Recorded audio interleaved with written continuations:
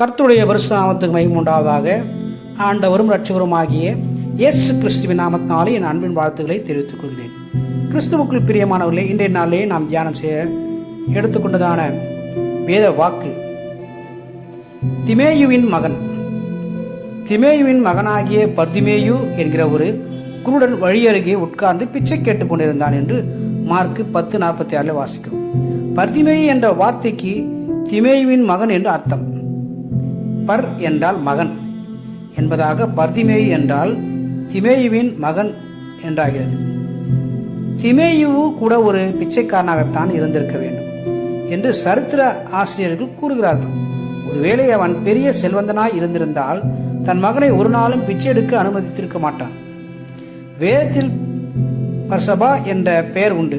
பர்சபா என்றால் சபாவின் மகன் என்று அர்த்தம். அவனது உண்மை பெயர் யுஸ்து என்பதாகும். அப்போஸ்தலர் 1:23 பார்க்கிறோம். பர்தலோமேயு என்று ஒரு பெயர் உண்டு. பர்தலோமேயு என்றால் தொலோமேயுவின் மகன் என்று அர்த்தம். மத்தேயு 10:3 வாசிக்கும். அதுபோல பர்னபா என்று ஒரு பெயர் உண்டு. பர்னபா என்றால் ஆறுதலின் மகன். அப்போஸ்தலர் 4:36 பார்க்கும். அது அர்த்தமாக இருக்கிறது. பரியேசு என்று ஒரு மாய வித்தைக்காரனை பற்றி அப்போஸ்தலர் 13:6 வாசிக்கிறோம். இன்னும் பரபாஸ் மத்தேயு 27:14, பரகியா மத்தேயு 23:35, பர்சிலா 2 சாமுவேல் 17:27 என்ற பெயர்களும் உண்டு. இந்த பெயர்கள் எல்லாம் தகப்பன் பெயரை சுதந்திரத்துக் கொள்ளுகிற பிள்ளைகளை காண்பிக்கின்றன. வேதத்தின்படி இதற்கு ஒரு ஆழமான அர்த்தம் உண்டு. நாம் எல்லோரும் ஆதாமின் புத்திரர்கள். ஆதாமுடைய மீறலினாலே பாவம் உலகத்திற்குள் வந்து மனுஷனுடைய மனக்கண்களை குருடாக்கிவிட்டது. கர்த்தரை அறிந்து உணர முடியாத குருடர்களாக நாம் இருளிலே தவிக்கிறோம். ஆதாமின் பாவங்கள் நமக்குள் தேவனுக்கும் இடையே பிரிவை உண்டாக்கினது. ஆதாமின் பாவங்கள் நமக்கும் தேவனுக்கும் இடையே ஒரு பிரிவை உண்டாக்கினது. இதை குறித்து அப்போஸ்தலன் பவுல் எழுதும் பொழுது, தேவனுடைய சாயலாக இருக்கிற கிறிஸ்துவின் மகிமையான சுவிசேஷத்தின் ஒளி அவிசுவாசிகளாகிய அவர்களுக்குள் பிரகாசமாயிராதபடிக்கு இப்பிரபஞ்சத்தின் தேவனானவன் அவருடைய மனக்கண்களை குருடாக்கினான் என்று எழுதுகிறது. அவர் அப்படியே எழுதுகிறார். 2 கொரிந்தியர் 4:4 வாசிக்கிறோம். இதன் விளைவு என்ன?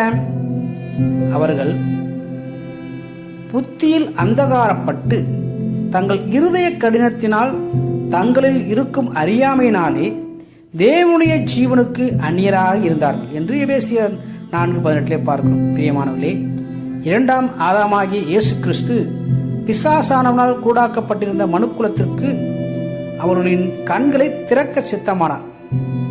தேவனுடைய ஒளியை மறுபடியும் கொண்டு வர மனதுருகினார். ஆகவே நாம் இருளிலே தடுமாற வேண்டியதே இல்லை. கர்த்தர் குடராய் இருக்கிறவர்களின் கண்களை திறந்து தம்மை வெளிப்படுத்துகிறார். வேதம் சொல்லுகிறது, எந்த மனுஷனையும் பிரகாசிப்பிக்கிற ஒளியே அந்த மெய்யான ஒளி என்று யோவான் 1:9 வாசிக்கும். கண் திறக்கப்பட்ட பேதுரு அப்போஸ்தலன் மிகுந்த மகிழ்ச்சியோட எழுதுகிறான், நீங்களோ உங்களை அந்தகாரத்தினின்று தம்முடைய ஆச்சரியமான ஒளியிடத்திற்கு வரவழைத்தவருடைய புண்ணியங்களை அறிவிக்கும்படிக்கு தெரிந்து கொள்ளப்பட்ட சந்ததியாயும் ராஜரீகமான ஆசாரிய கூட்டமாயும் பரிசுத்த ஜாதியுமாயும் அவருக்கு சொந்த ஜனமாயும் இருக்கிறீர்கள் என்று 1 பேதுரு 2:9 வாசிக்கிறோம்.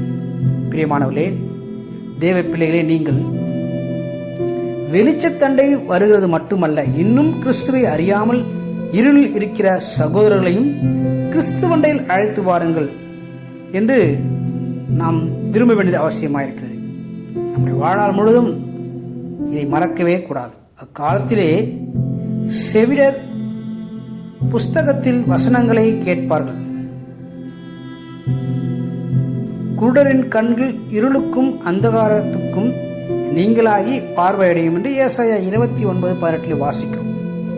அதனாலே நம்மால் இயன்ற மட்டும் நம்முடைய வாழ்க்கையிலே தேவனை பிரதிபலிக்கிறவர்களாக, தேவன் அண்டையிலே மக்களை வழி நடத்துவர்களாக காணப்பட வேண்டும். நம்முடைய பெயருக்கு ஏற்றாற் போல நாம் கிறிஸ்துவின் பிள்ளைகள், விசுவாசிகள், இயேசு கிறிஸ்துவை விசுவாசிக்கிறவர்கள் அந்த பெயருக்கு ஏற்றாற் போல நம்முடைய நடக்கை, பேச்சு, செயல் எல்லாம் மாறுதலாக இருக்க வேண்டும். பிரியமானவர்களே, நாம் ஒவ்வொரு நாளும் கிறிஸ்துவை வெளிப்படுத்துவோம். தேவனுடைய சாயலை நாம் மற்றவர்களுக்கு காண்பிப்போம். கிறிஸ்துவனிலே அவர்களை நாம் வழிநடத்துவோம். கர்த்தர் தாமே நம்மை தொடர்ந்து வழிநடத்தி ஆசீர்வதிப்பாராக. ஆமென். God bless you.